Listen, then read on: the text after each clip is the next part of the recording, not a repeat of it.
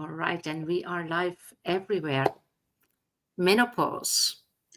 How does it impact you? How does it show up? And how does it impact your personal life, but also your professional life? I feel that menopause is still a taboo. It's only like step by step, little by little, that we understand how important it is to bring this as a subject to the table, also in professional life, in organizations, in HR. But it is very difficult. It's sometimes so difficult to understand what is going on. It's so difficult to understand how we can deal with it, how we can like get rid of it. I guess we can't. I have the experience, like so many of you, but experience alone is not enough. And so I am here today on the Power Talks for Remarkable Females with Dilyana Mileva. And Dilyana, let me tell you a little bit more about her. She's an internationally recognized speaker, an author, and pioneering sleep and menopause specialist. She's the founder and the CEO of the Menopause Support Academy and the host of the Menopause Made Easy podcast. What she does is empowering women to embrace their power through this transformation. And so together today, we will explore how to minimize the menopause impact on your body, your mind, and your spirit, and unlock your full potential. So join us today. If you are here live, welcome. That's just amazing. Let us know in the chat where you are from. If you have any questions, any feedback, just put it in the chat.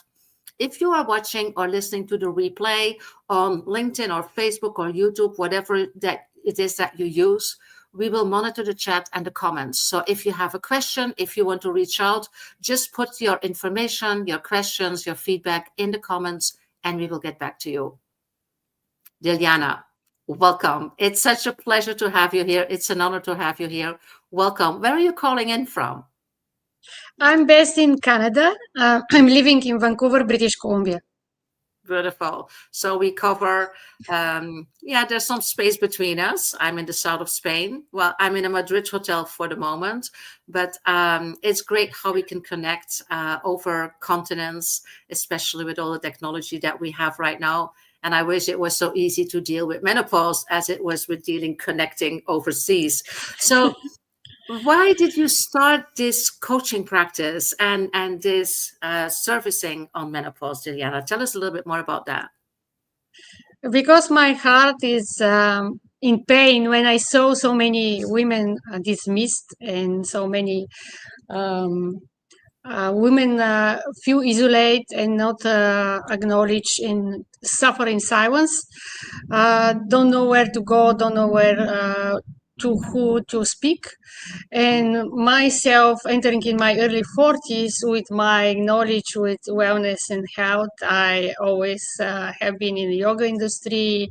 I'm follow up plant-based diet, but I cannot recognize myself.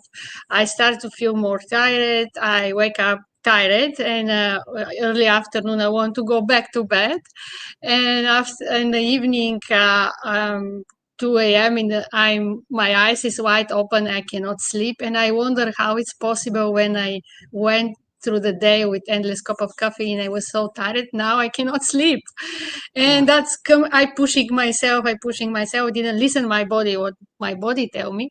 I went to see the doctor, and the doctor wanted to prescribe me sleeping pill and antidepressant. Deep inside me, I knew that it's not the solution. So I started doing the research, and I discovered that I'm in perimenopause, and nobody told me, and nobody prepared me for this chapter. As many women out there living the same challenge, they're not prepared. They're not. They don't know what to do. Then they lack of knowledge, and nobody talk about so much. So I was drawn to share what I discovered and all this information that I gathered during the years, and turned that into I create a menopause support academy to help women out there. Wow, that's amazing. And to me, it feels like perimenopause is a concept that shows up only the last couple of years. To be very honest, I never heard of that when I was in that phase. I even didn't hear of that when I was in the middle of menopause, it's like a new concept that luckily gets, more and more attention, and people are more and more aware of that and the impact it has. So there's also something like, oh, okay, this is something that is normal. This is something that we can talk about. There's documentation about that. There's even coaches, and there's the academy. So it is something real. It's not me feeling weird and acting strange, and or just have it in my head, or heading for a depression, or whatever other label that people could put on it. So why is it so important that we deal with this early enough? Because it's a biological thing. It's a chapter of your life. It's a natural. All the women going through that. Sometimes some women go earlier, some women go a little bit late. But after 35, definitely the hormones start to decline, and estrogen, progesterone, testosterone, and other hormones. And also the cortisol is very important, going with all this package, all these hormones. And very often in midlife, woman is pressed by society and career and family wives. They let's say for most of the women, they have grow up teenager or the empty nest, and then they start to feel the empty nest. But to the other side, they have aging parents that they need to take care of. In the same time, the demanding career and pressure and stress. What I want to say, that stress is a major factor of how that's affect all the hormones. But the more you know what's going on and how you can prepare yourself, the more easy can go through this journey. Yeah, I can only imagine. It's true what you say. It is an age where so many different things come like together. And we think if we feel tired, if we feel exhausted, it's just because of all these things. And it's not necessarily true. It's also because there's things going on in our body. And while we might not be able to manage some or a lot of the external factors, we are able to manage what is going on in our body, or at least look for support in order to do that. So what is your advice? How do you go with this? Different women experience is a very individual experience, so it's hard to say to be kind of to generate the things.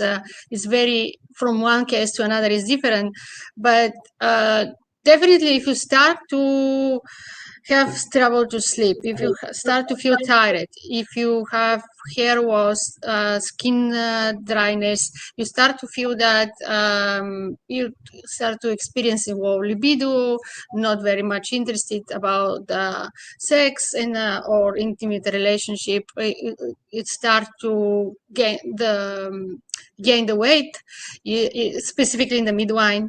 That's the symptoms that most of the symptoms, it's hot flashes, night sweats, sleep disturbance, mood swings. If you really not recognize yourself, how you react, and in your loved ones or your family, or when you're in the workplace, you're suddenly burst in tears, then you're laughing, then you let's say you're angry, you want to swap somebody, or just want to scream.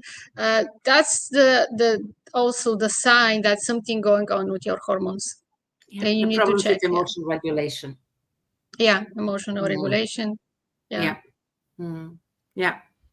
And so then what? You have the So awareness.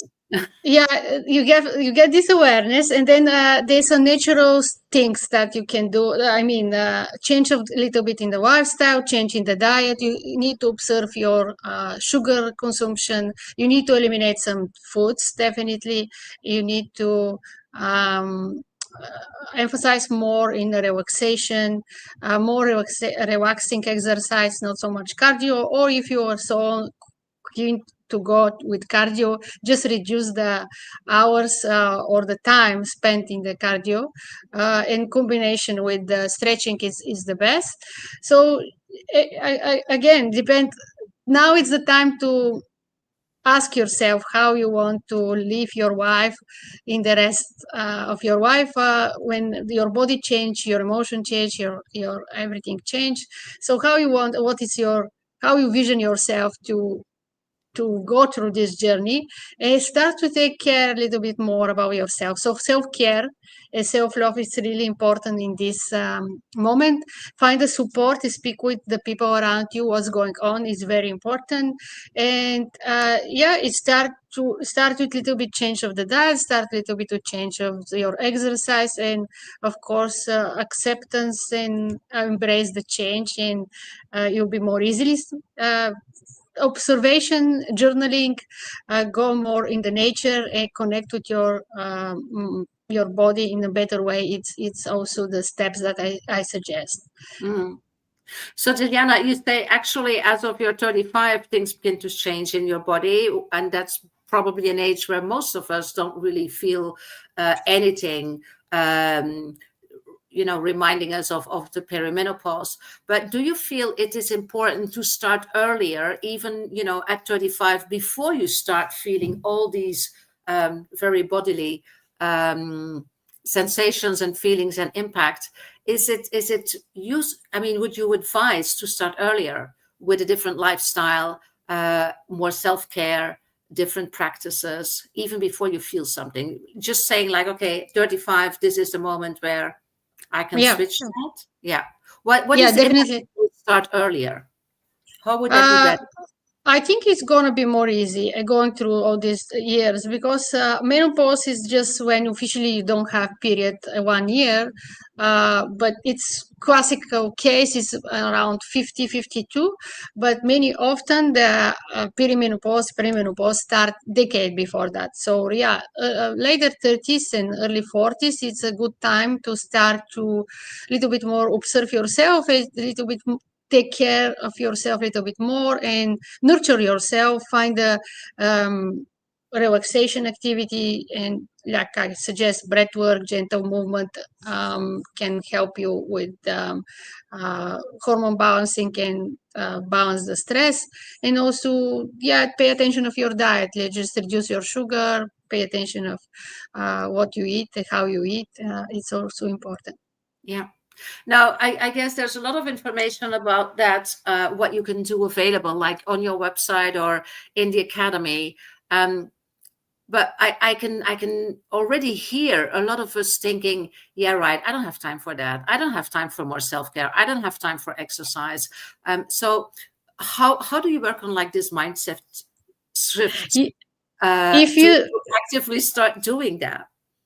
If you don't have time for yourself just for 5, 10, 15 minutes, you don't have life. So you need to prioritize and find this time for your me time. Even if you're very, very busy, you always can, between the activity, when you go from supermarket to home, when you're driving, when you're waiting in the line for paying the cashier, you always can breathe. You always can just stop and breathe. Yeah, that's the easiest thing. That's true. But so you say 15 minutes per day can make a huge difference already, if you can carve out 15 minutes for the self-care? I can say 15 minutes in the morning, 15 minutes in the middle of the day, 15 minutes in the evening is the best optimal way to take care of yourself. But if you really it's so much to go and cannot find this time, either in the morning, either in the evening, 15 minutes can make a difference. Yeah. So what can we do? How can we use these 15 minutes? Can you make it more practical so we can just see it before us and feel a bit more motivated to start doing it? So there's rituals in the morning and there is rituals in the evening, depending which time you prefer. So in the morning you need to more energize and all this, but definitely more invigorate breathing, more stretch, a little bit stretching, and then start the day with let's say more whole foods, more seeds, more not so sugar in the morning, and more fruits, but I suggest more berries, not so much other fruits. More berries is good. It's good option, and then you're good to go. Yeah. And so your morning practice, what do you do for morning practice? I meditate a little bit. I stretch and walk my dog and breathe Yeah. when I walking the dog.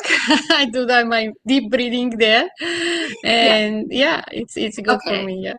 So perimenopause, take a dog, get a dog. That's the best thing. I know. I do my walks with my dog also every morning and every evening, and it's like you have no choice, right? You just do that because this is what your dog needs, and so you are in nature. And I completely follow you there, Dilyana.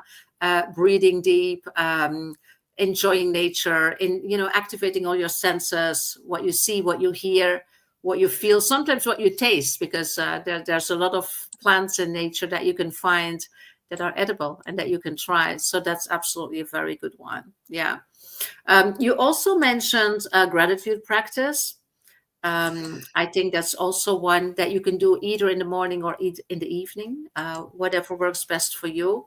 What I have been discovering lately, a while ago, and that I do every morning is miracle mornings, if you are familiar with Miracle Morning. So there's even an application, and depending on, like this morning, I had to leave for Madrid, and I didn't have a lot of time, and so I took a 6-minute practice, which was very short. But normally you have like a 15-minute practice with meditation, affirmations, visualization, exercise to activate your cortisol, and some gratitude writing and some reading if you have the time.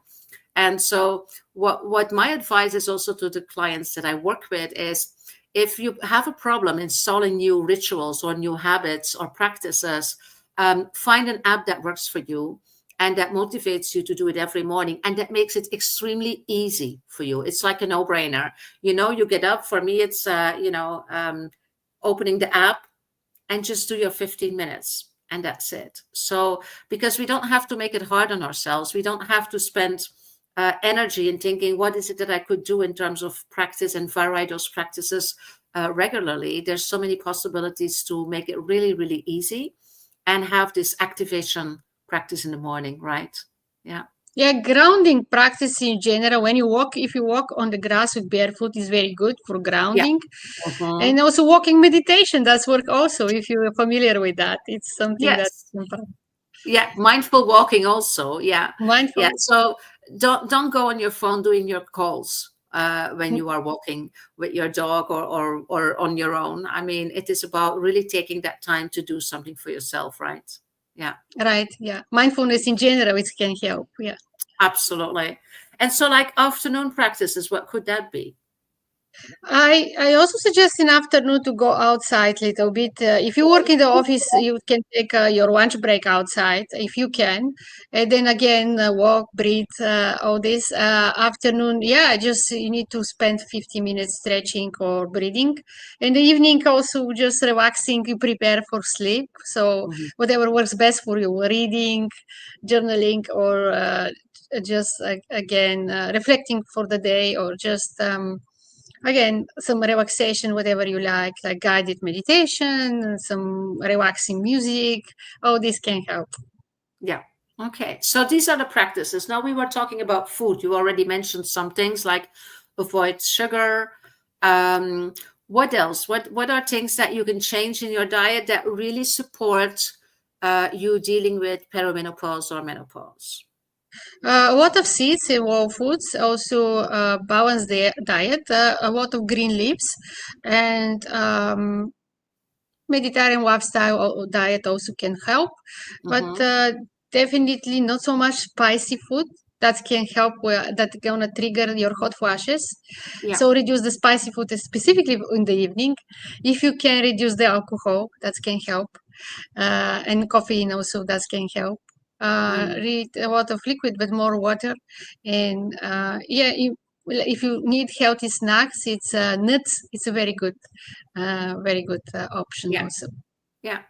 Um, I have to say, Dilyana, this is like the normal healthy eating, right? It's not like it's so difficult or so special. It's something that we should do anyway.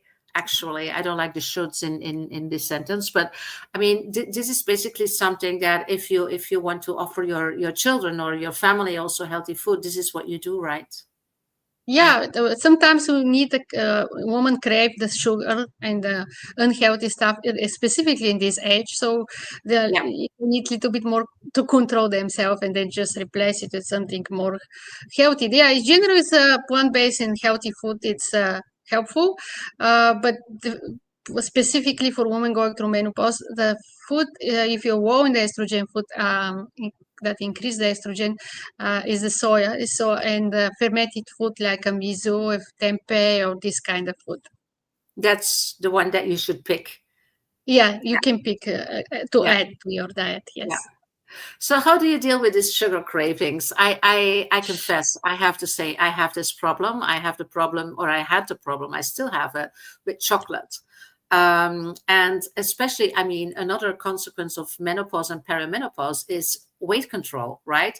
And not only weight control, your body also changes in shape and starts growing fat cells where you don't even know that they can grow in those areas. So how do you deal with that? How do you replace the how do you like diminish the sugar cravings, or put something in place that Natural fructose is better than processed or white mm. sugar. So dates a very good replacement. Oh, All really? kind of Okay. dates, yes. And Mm, they also very nurturing. You can eat sometimes one, two, three, not not too much to feel really exactly. satisfied. It's very Yeah. very good option. And also, yeah, natural fructose from fruits, and it's better than cake or Thank you. muffin or Oh, all this. yeah. Okay. Right. And so, in terms of this weight control, is there any advice that you have there? I also find out that breathing also help with the weight loss, and also this midwife, and also specific exercise. For specific exercise, for because we need to increase little bit metabolism. Metabolism slow down anyway, so Mm-hmm. you need a specific exercise for this. Could be ideal with combination from strength to stretch. What I discovered. Mm-hmm. Yeah. Okay. And then any other things that, because sometimes I read about supplements that are specifically Yeah. very helpful for women in menopause or Yes. perimenopause.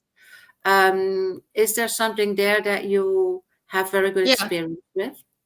I recommend if you're dealing with stress and anxiety a lot, it's ashwagandha. It's herbal supplement. It's herbal adaptogen, I think.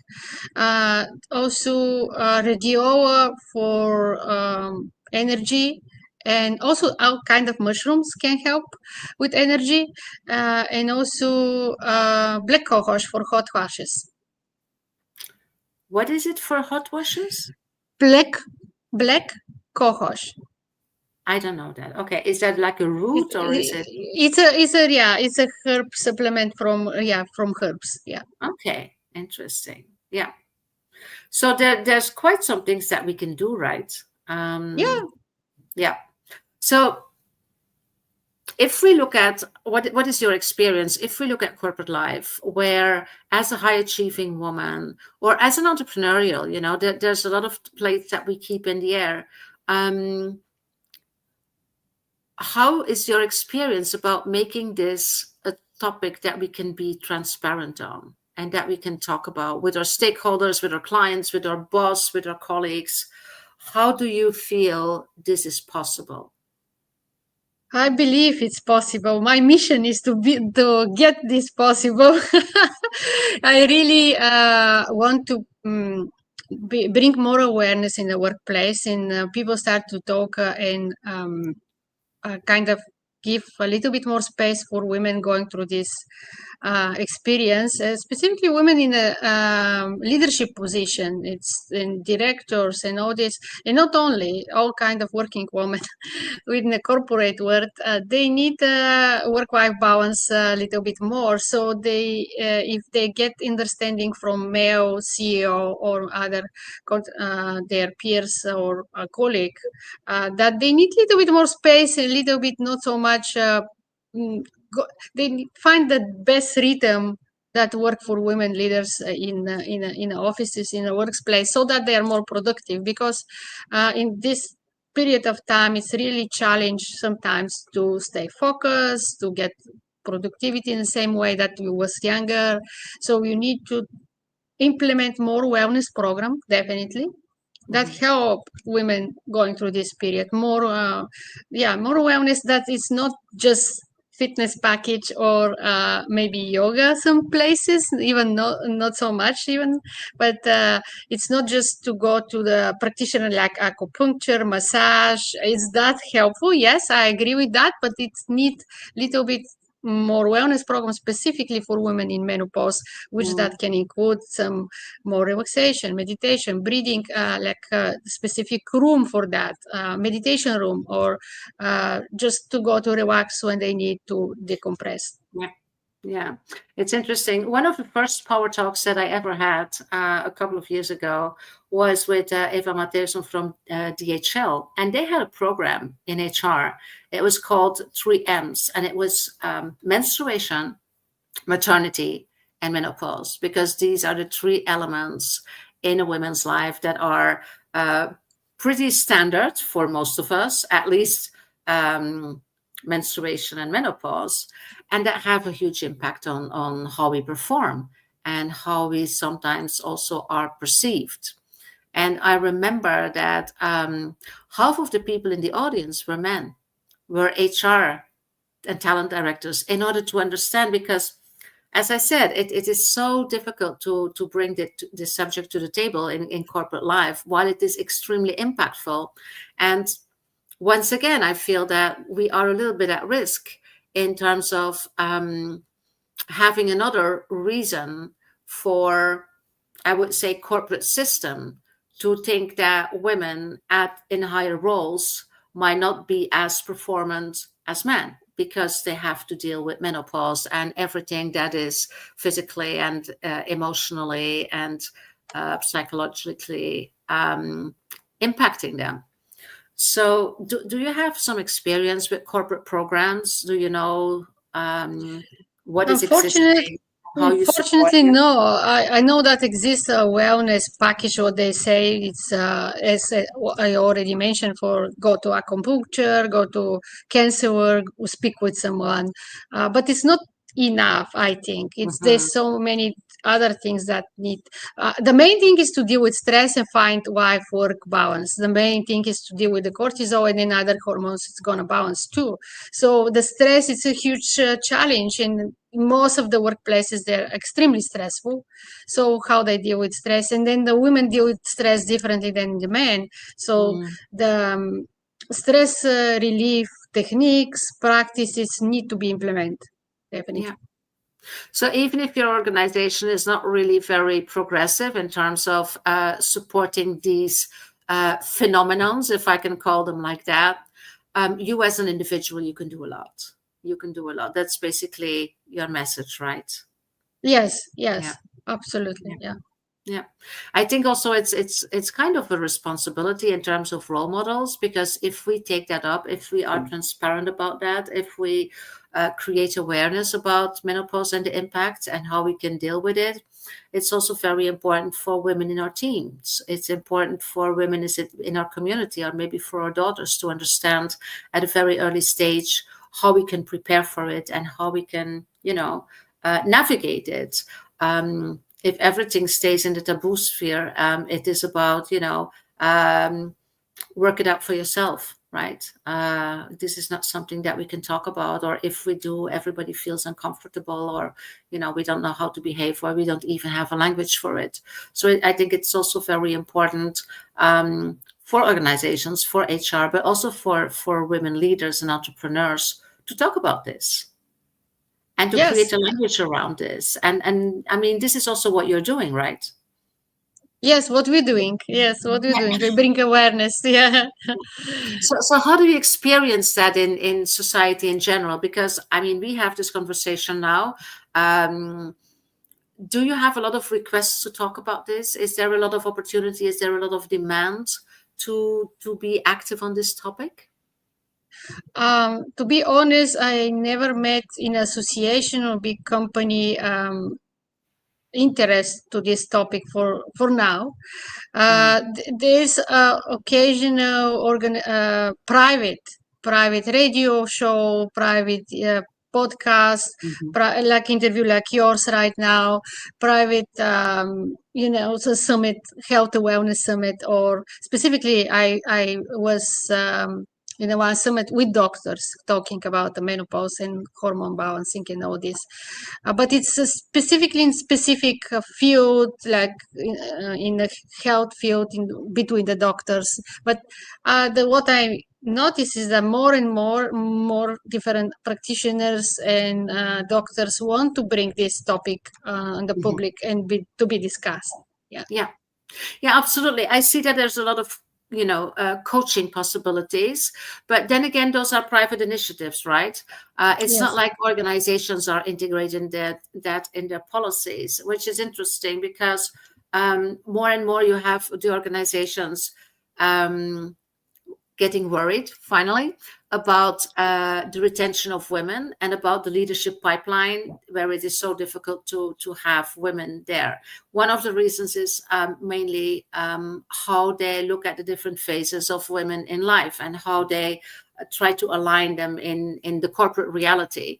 And so you see a lot of organizations now implementing like maternity transition program, right? So for that, it is, well, it's what I see. It's what I see in big law firms, in the financial institutions. I mean, there are programs, so women that leave for a certain period of time, which is very different in the US and Canada than in Europe. In Europe, there are even countries where you can leave for 1 year. So I think in America, if they hear that, their ears start to, I don't know what to do, but you understand what I'm saying. But so there are organizations who are already integrating this parental leave in and work around that. So women do not feel like demotivated. They don't feel not seen in their combination and their attempt to harmonize their professional aspirations, which are still there, and their family commitments and dreams.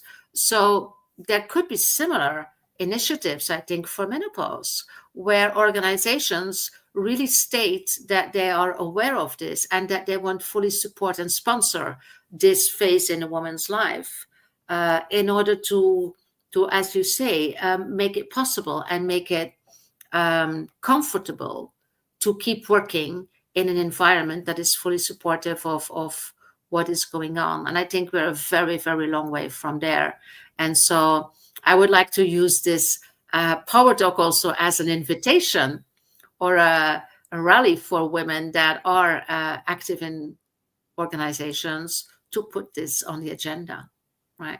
To put this on the agenda and to invite women like Dilyana to create these information sessions and support sessions and coaching sessions in the organizations. I would say maybe starting with HR and then go deeper and wider, because a lot of, and especially men, are absolutely not aware of what it is and what the impact is on performance. And I believe that support and, as you say, stress reducing, creating stress reducing situations and working conditions can make a big difference, right? I agree completely. It would be wonderful if they give more possibility, opportunity to speak on that in the workplace, like education, lunch and learn, and seminars, and to get a little bit more information about the topic, what's going on in a woman's life in this Yeah, period. absolutely.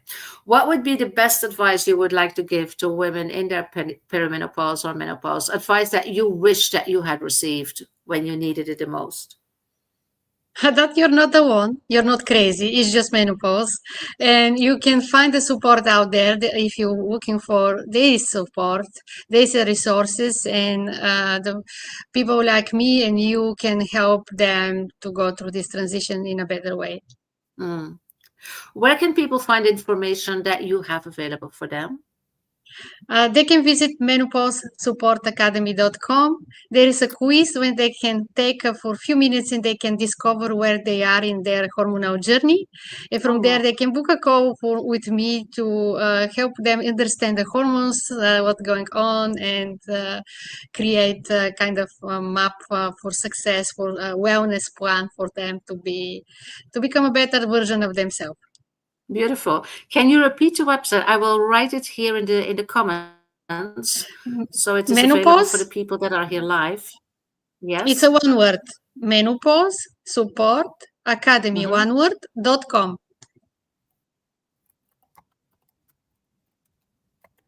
Okay, I put it in the chat so it would go in all the comment boxes of where we are live right now. Can you just have a look, Dilyana, if I spelled it correctly? I think it is. Menopause Support Academy.com. Yeah, I think so. Yeah, there we go.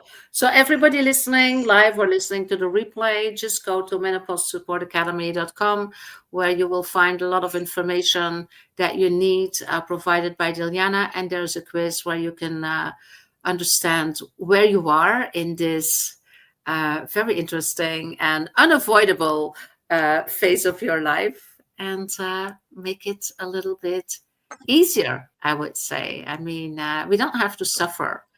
We don't have to suffer hard, and there's a lot of possibilities that we can control and that we can do in order to bring this to a level where we can, where we can navigate it easier and be aware that whether you want it or not, you are a role model. So the way that you will deal with it can also have a big impact on the people around you, on people in your team or colleagues. And if you are in HR, or if you have a sounding voice in organizations, then once again, we plead here to make this a topic that is dealt with, that you tackle, because it is extremely important in terms of your retention policy and in terms of sponsorship of your women in the leadership pipeline. Absolutely. Yeah. Anything else you would like to add, Dilyana? Things that we haven't covered yet? Yes. No, I think we pretty much, the self-care is important, self-love is important, and find the support to go through this. It's also can help you. So there's so much resources if you want to find them. And in my Menopause Support Academy also, they have a lot of resources. I have a podcast also that they can listen, Menopause Made Easy. They can listen in Spotify, Apple, and major audio platform, and Podbean also. Menopause Made Easy. There's a lot of experts talking about the topic. They can find a lot of information how they can help themselves. Yeah, beautiful. We'll make sure that this information is also in the show notes. And so it's on you. Talk about this. Don't hide it. It is an essential part of your being. It is an essential phase in our lives. It is also, I would say, Dilyana, it is like saying goodbye to fertility, to what has been possible until now. And so there might also be some grief involved, because it is a sign of what is no longer a possibility in terms of motherhood. And at the other hand, it can also be an opportunity for celebration. I think it's important to accept grief, or accept also these feelings of letting go of a certain period in our life, that we sometimes also align with vitality. But I'm the first one to say, and I hope, Dilyana, that you can join me in that. You do not lose your vitality because of menopause. You do not lose your creativity. I mean, we can create as women because we create children. We have an extremely strong creative power. But your creativity doesn't end. Your vitality doesn't end. Your positive vibes don't end. Your life absolutely doesn't end. And I think that we are the living examples of that.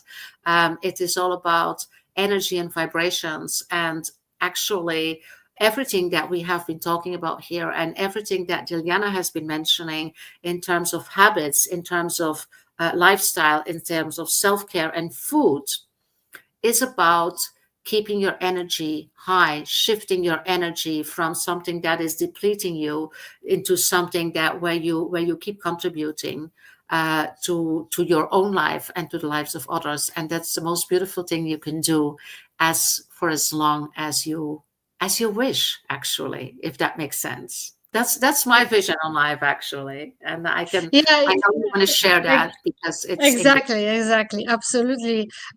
It's not the end; is the actually beginning of the different chapter, and this is just a chapter. It's not the end of your life.